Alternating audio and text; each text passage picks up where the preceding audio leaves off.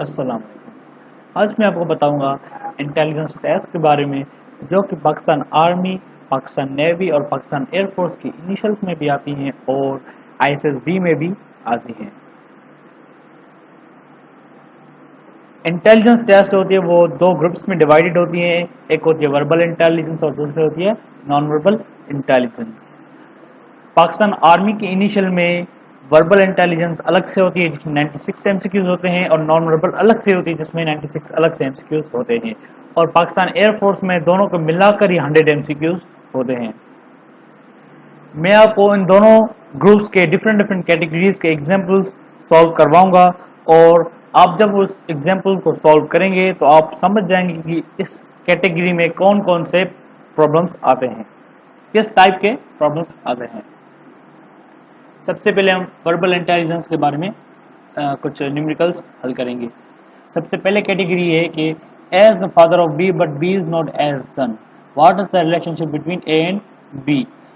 ए जो है वो बी का फादर है लेकिन बी ए का बेटा नहीं, तो ए और बी में रिलेशनशिप क्या हुआ।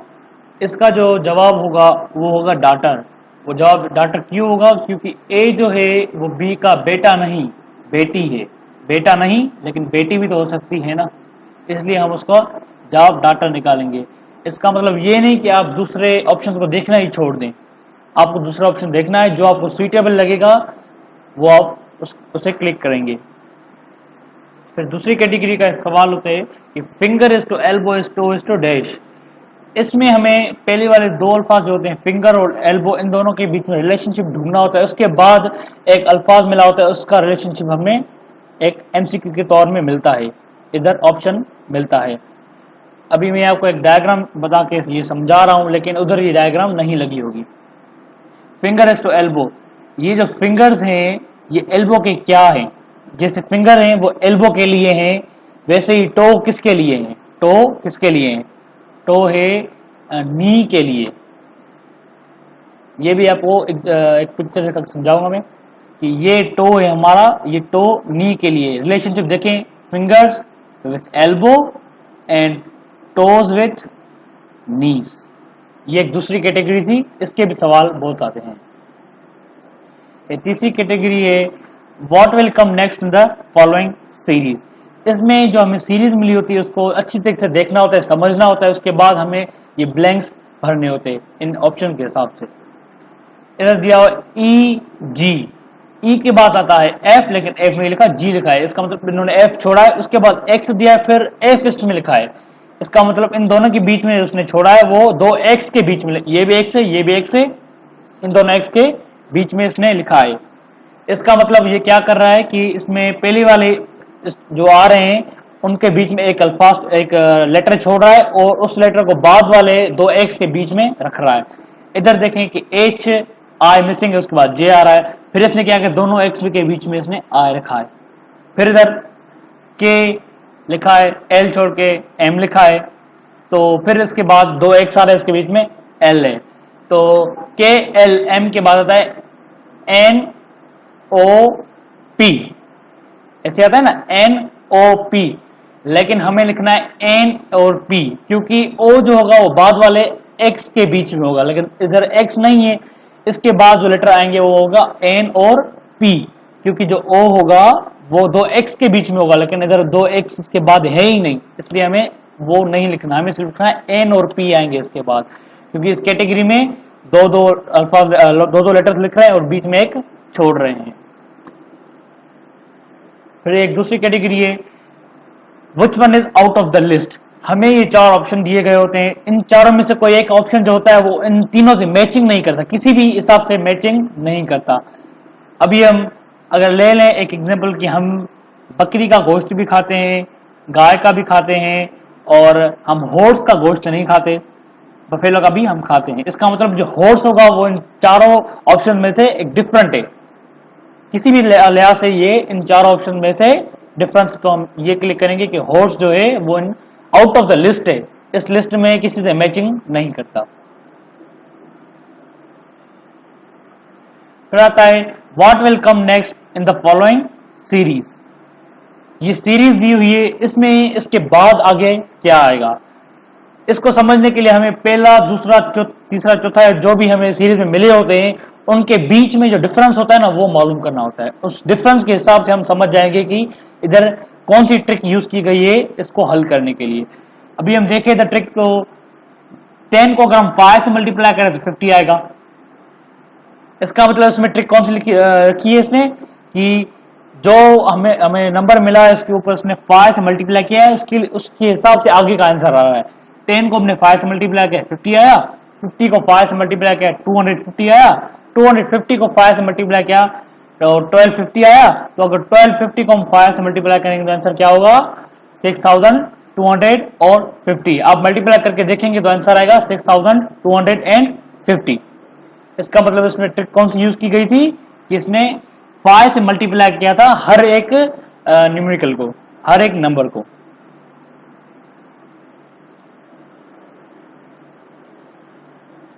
फिर होता है कोडिंग डिकोडिंग वाला एक कैटेगरी होती है। If box is coded as CDPQYZ how would you write code in code. इसने दिया है कि ये बॉक्स है वो कोडिंग लैंग्वेज में CDPQYZ के बराबर है। अगर हम देखें जो 3 है और ये 6 है, इसका मतलब दो जो लेटर है वो एक को शो करते हैं। B जो शो कर रहा है वो C और D को शो कर रहा है, इसका मतलब B के बाद C और D आता है तो उसने B को शो करने के लिए C और D लगाया है।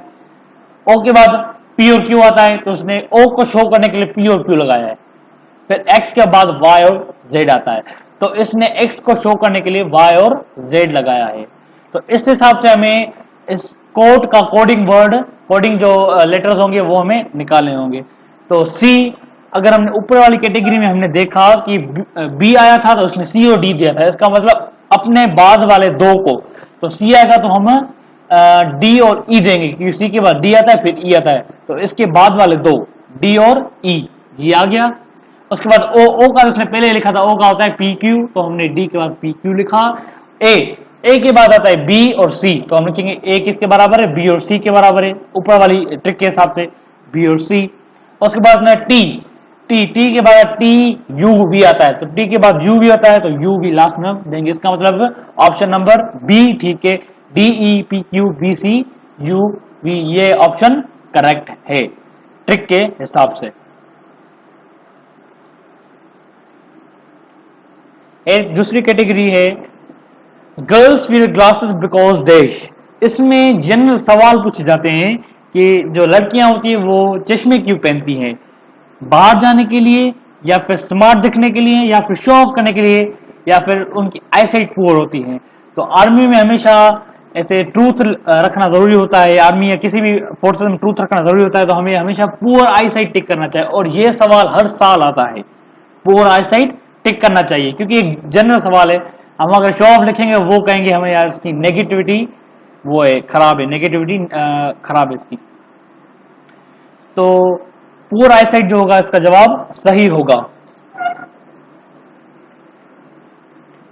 8वां होता है what letter comes alphabetical in order in the letter mother. Alphabetical जैसे ABCD ये अल्फाबेटिकल ऑर्डर होता है ना, तो अल्फाबेटिकल ऑर्डर के हिसाब से इस वर्ड मदर में कौन सा लेटर पहले पहले आता है। अल्फाबेटिक ऑर्डर में वर्ड मदर में से पहला लफ्ज कौन पहले आता है, तो ABCDE तो पहले A भी नहीं है इसमें, B भी नहीं है, C भी नहीं है, D भी है, E तो है। इसका मतलब ऑर्डर के हिसाब से E सबसे पहले आता है ना अल्फाबेटिकल इस वर्ड में, तो हम कहेंगे कि E is the right answer. फिर दूसरी category, if A is smaller than B but B is taller than C and D, who is the tallest of the three? A जो है वो B से छोटा है लेकिन C और D से बड़ा है। A जो है वो B से छोटा है लेकिन C और D से बड़ा है, तो इन तीनों ABC में से कौन सा सबसे ABCD में से कौन सा सबसे टालेस्ट होगा, तो टालेस्ट होगा B क्योंकि इसने पहले ही बताया कि A जो है वो B से छोटा है लेकिन C और D से बड़ा है, लेकिन B से छोटा है ना, इसका मतलब B सबसे टालेस्ट हुआ।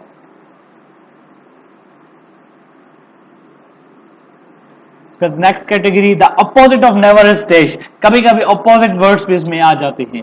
अभी नेवर मीन्स कभी भी नहीं, तो ऑलवेज जो होगा वो हमेशा हमेशा, ऑलवेज हमेशा, तो उसका नेवर का जो अपोजिट हमने पढ़ा है वो है ऑलवेज।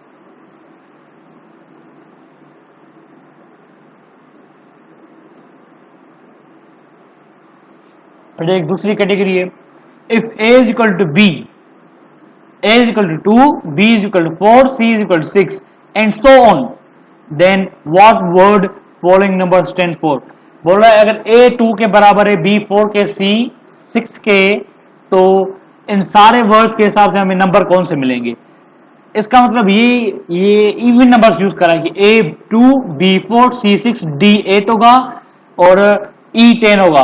तो D8 जो 8 तो वो D के बराबर है, D10 बराबर E, फिर 10 आया फिर E और 32 होगा P के हिसाब से। अगर आप इसको निकालेंगे ना इसका इवन नंबर्स तो 32 P के बराबर होगा। इसका मतलब ऑप्शन नंबर सी ठीक है, DEEP।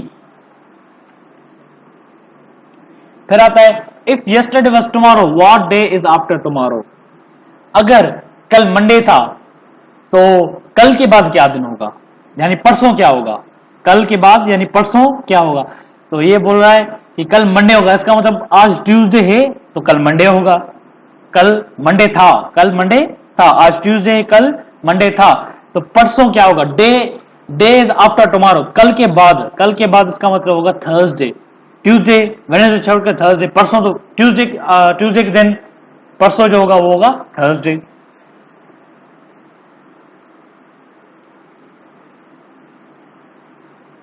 फिर हम अब आते हैं अपने दूसरे ग्रुप के ऊपर जो है नॉन वर्बल इंटेलिजेंस। इसके थोड़े डिफिकल्ट होते हैं लेकिन अगर आपको समझ में आ गया तो ये भी आपको बिल्कुल इजी लगेंगे।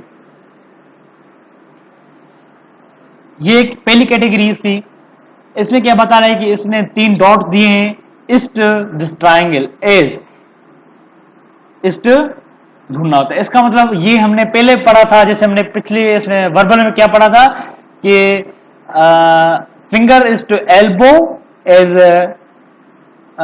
जो होता है टो इज टू नी। तो इसी हिसाब से उसमें हमने क्या देखा था, पहले और दो वाले अल्फाज में हमने कैटेगरी उनके बीच में रिलेशनशिप हमने ढूंढा था। इसमें भी ऐसे ही है कि पहले और दो में रिलेशनशिप ढूंढना है, उसके बाद हमने तीसरा और चौथा रिलेशनशिप खुद ब खुद मिल जाएगा। तो पहले और दूसरा का रिलेशनशिप देखें कि पहले में 3 डॉट्स दिए गए, उसी डॉट्स को उसने सिर्फ 3 लाइन दी हुई है, ऐसे ही है उसी डॉट को उसने तीनों लाइन दी हुई है। और इस हिसाब से तो क्या होगा, इस ट्रिक के हिसाब से तो हमें भी इधर लाइन देनी होगी 1 2 3। इसका मतलब ये पूरा ट्राइंगल, लेकिन ट्राइंगल इसके अंदर कोई कलर नहीं भरा, इसका मतलब फिलअप नहीं है, तो खाली ट्राइंगल यानी B is the right answer. इसमें मिस्टेकनली ए आया लेकिन है इसमें बी।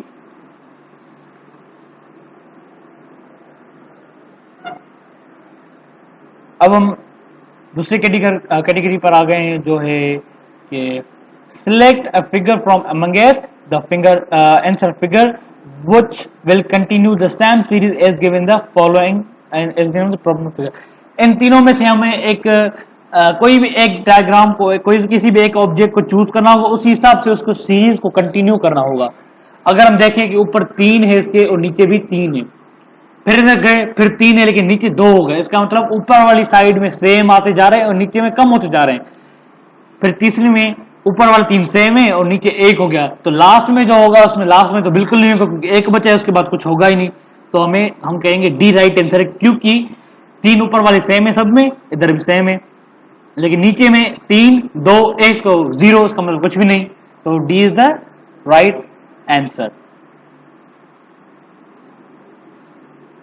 फिर अब दूसरा सवाल है, select a figure from amongst the answer figures which will continue the same series as given in the following figure।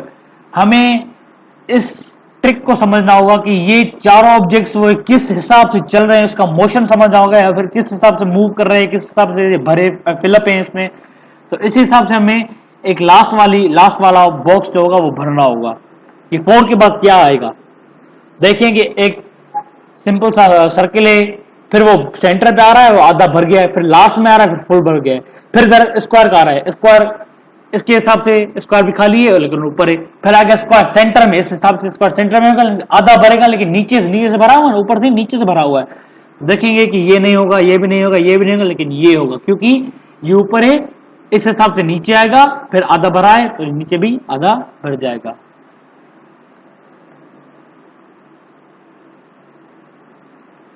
फिर दूसरी category, out of the given figure 4 are similar in a certain way, one figure is not like the other 4, That means four figure from a group. The question is in which one of the following does not belong to this group. इन पांचों objects में से कोई एक figure ऐसी है जो different है चारों से, चार सेम है और एक डिफरेंट है, वो हमें ढूंढना है। स्टार्टिंग ए से शुरू करेंगे। इधर ऑब्जेक्ट जो है वो डॉट इधर है, फिर इधर है, फिर इधर है, फिर इधर, फिर बीच पे आ रहा है। इसका मतलब जो डिफरेंट होगा वो ये होगा। पता है क्यों? क्योंकि इसमें डिफरेंट डिफरेंट उसमें कोनियों पे इसने रखा हुआ है। इसमें इस साइड पे इधर, इस साइड पे इधर, इस साइड पे इस साइड पे, लेकिन इधर इसने बीच में सेंटर वाली लाइन में रखा हुआ है। इसका मतलब ये डिफरेंट कैटेगरी ई जो है वो डिफरेंट कैटेगरी है, बनस्पत ये चारों सेम कैटेगरी से हैं।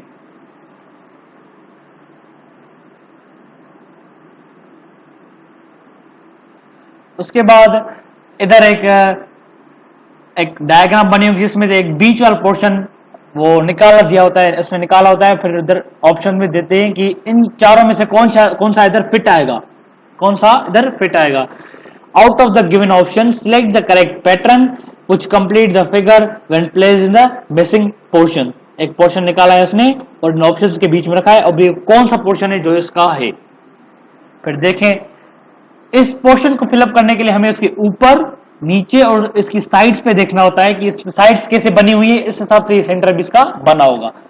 तो अगर हम देखें कि इधर सारा ब्लैक है और उसके बाद स्टार्स है और बीच वाले स्टार्स नजर नहीं आ रहे और नीचे वाले जो है वो उसके हाफ ऑफ या फिर इसकी नीचे नीचे वाली कोनियां नजर आ रही है, तो देखेंगे ये तो नहीं होगा क्योंकि इसके साइड में कोई कटा हुआ है ही नहीं होगा। बी का देखें, लेकिन बी का अगर हम नीचे वाले देखें तो इसमें बोल रहा है कि बहुत ज्यादा आपकी कोनियां, थोड़ी कोनियां इसमें सिर्फ वो है निकली है, लेकिन इधर देखा है हमने कि बहुत ज्यादा कोनियां निकली हुई है, तो ये बी भी नहीं होगा। सी देखें, सी, हाँ सी हो सकता है क्योंकि इसकी जो नीचे लास्ट वाली कोनियां है वो इधर से मैच हो सकती है। लेकिन डी देखें, डी नहीं होगा क्योंकि डी का ये बता रहा है कि नीचे वाली कोनियां जो है बिल्कुल फिट है, इसका मतलब उसने निकली नहीं। इसका मतलब सी इज द राइट आंसर। उसके बाद आता है in the following problems a related pair of figure is followed by 5 pairs of figure. Select the pair that has relationship similar to that in the original pair. तो इसमें क्या बोल रहा है कि एक पेयर है जो है इन चारों में, जो पांचों पेयर में से जो है सिमिलर होगा। इन पांचों पेयर में से एक पेयर ऐसा है जो सिमिलर होगा, वो हमें ढूंढना है कि वो कौन सा है। अभी देखिए इसने क्या किया है, एक स्क्वायर लिया है, इसमें ट्राइंगल और रेशो में भी इसने ट्राइंगल रखा है। इसका मतलब जो रेशो के बाद आ रहा है वो उसका पहले वाले रेशो से पहले वाले ऑब्जेक्ट के अंदर जा रहा है, राइट। तो अगर हम इधर देखें तो ये भी हो सकता है, ये बिल्कुल नहीं हो सकता क्योंकि ये जो सर्किल है और इधर ट्राइंगल है, इसका मतलब सर्किल के अंदर सर्किल है, उसकी जगह इन्होंने ट्राइंगल दिया है और वो दिया है स्क्वायर दिया है, लेकिन ये नहीं होगा।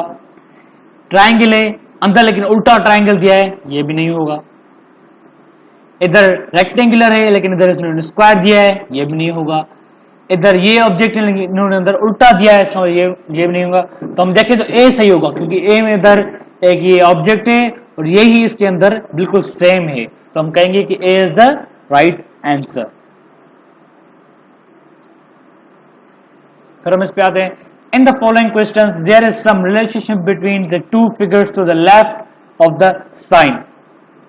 The same relationship exists between the figures on the right sign and the given answer figures. Which answer is that? इसलिए ये बोला है कि इन दोनों जगह चार डॉट्स के बीच में जो चार डॉट बीच में, इसके पहले जो दो रेशो के बीच में गिवन होंगे, इनका जो रिलेशनशिप होगा वही काम आएगा इस वाले रिलेशनशिप को कंप्लीट करने में। तो हमें पहले इस दोनों के रिलेशनशिप को देखना होगा। अगर हम देखें इसमें पहले से ट्रायंगल दिया हुआ है, फिर बार इधर दो लकीर, इधर दो लकीर, इधर दो लकीर है, फिर इधर दिया है कि अंदर एक ट्रायंगल है, फिर इसके अंदर ट्रायंगल। अब ये इसमें इन्होंने जो ट्रायंगल बनाया बार बार लकड़ी एक इस साइड से एक इस साइड से एक इस साइड से निकाल के बार बार लकड़ी से ही अंदर इसने ट्रायंगल बनाया। इसका मतलब एक एक एक एक एक तो अंदर चल के ट्रायंगल बन गई। तो अभी इसमें देखते हैं। इसमें अगर आप देखें तो हमें इसी ट्रिक को फॉलो करना होगा, एक इधर एक इधर एक इधर एक इधर एक इधर और एक इधर, क्योंकि इसमें जितनी एंगल्स होगी जो शेप बाहर से वही शेप अंदर से बनाना है। तो इसका मतलब बाहर एक एक सारे अंदर चली जाएंगे, इसका मतलब बाहर कोई भी एक लकड़ी भी नहीं बचेगी, एक भी लाइन नहीं बचेगी। तो इसका मतलब D is the right answer. फिर हमारे पास लास्ट पिक्चर आई है, इसका जो नाम होता है वो कहते हैं हम इसको find the odd one out. जैसे हमने पिछली बार पढ़ा कि जो चारों ऑप्शन में जो डिफरेंट होता है वो हमें चूज करना होता है। इधर 5 ऑप्शन दिए, पांचों में से कोई एक ऑब्जेक्ट है जो चारों से डिफरेंट है।